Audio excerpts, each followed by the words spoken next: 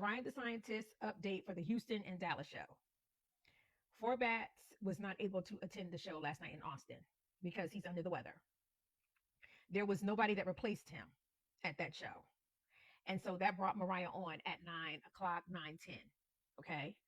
Want to give the update that the same thing may happen tonight as well as Sunday night, the Houston show and the Dallas show. So if that does happen, I wanted to have those who were thinking about maybe coming a little later because you weren't expecting her to come on until 10 to maybe bump your time up a little bit. If you're somebody that doesn't want to stand, doesn't like crowds, just wants to see her, I would say maybe the latest you should arrive is 8:30. 8:15, 8:30. Okay, just in case she does come on at 9 o'clock. All right, not saying that that's what's going to happen. Forbats may be back tonight and the show goes on as scheduled with the normal scheduled time. But just in case he does not, I don't want you to come at 9 and then Mariah comes on at 9 o'clock and you're missing. You're walking in as she's performing. Okay, so I want to come back and give that update. So that's one.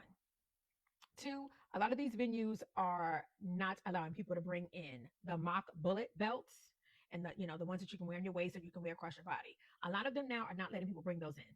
I don't know why. We all know at this point that it's now kind of become a part of the theme, the fit for the show, but they're not letting them in. A lot of these venues do have this rule that no replicas of any weapon can be brought in. So I'm assuming that's the clause that they're using. But I just want to let people know that if you wear it, you may run into some security, depending on how they're feeling that night. They may not allow it in. Okay, so I don't want you to get to the door and be surprised. Number three is about tickets being sold in my comments, or at least that's what's presented in the comments. Okay, I'm seeing a lot of that. I have saw comments saying that they have meet and greet tickets to sell, which really is kind of making me feel some kind of way. All right, because technically these meet and greet tickets have a clause in them and they are non-transferable. Okay, which means that you can't sell those tickets to somebody and you can't give them to anybody either. When you get to the meet and greet, a lot of times they will verify that you are who you are supposed to be and you are who purchased the actual package. It's not like transferring your tickets to the show to another friend in your Ticketmaster mobile wallet. It doesn't work like that. This is a completely different process.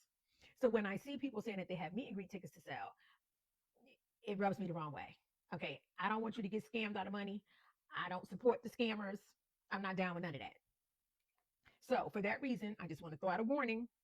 If you see somebody saying they're selling meet and greet tickets and you engage, you've heard me say that these tickets are non-transferable. You're not supposed to be able to use somebody else's package. And so you do so at your own risk, as well as just regular tickets as well. I know there are a lot of scammers in my comments. I physically do not have enough time to block all of the scammers. So unfortunately, there are going to be those type of comments in there. Engage at your own risk. I don't support, I don't condone. What you hear from me is don't engage, but if you do so, you're doing so at your own risk. Okay, so just want to throw that out there as well, because like I said, I don't want nobody being scammed and blaming it on me. Okay, all right, that is my TED Talk for this Saturday afternoon. I will see y'all on my next one before you go. Bye.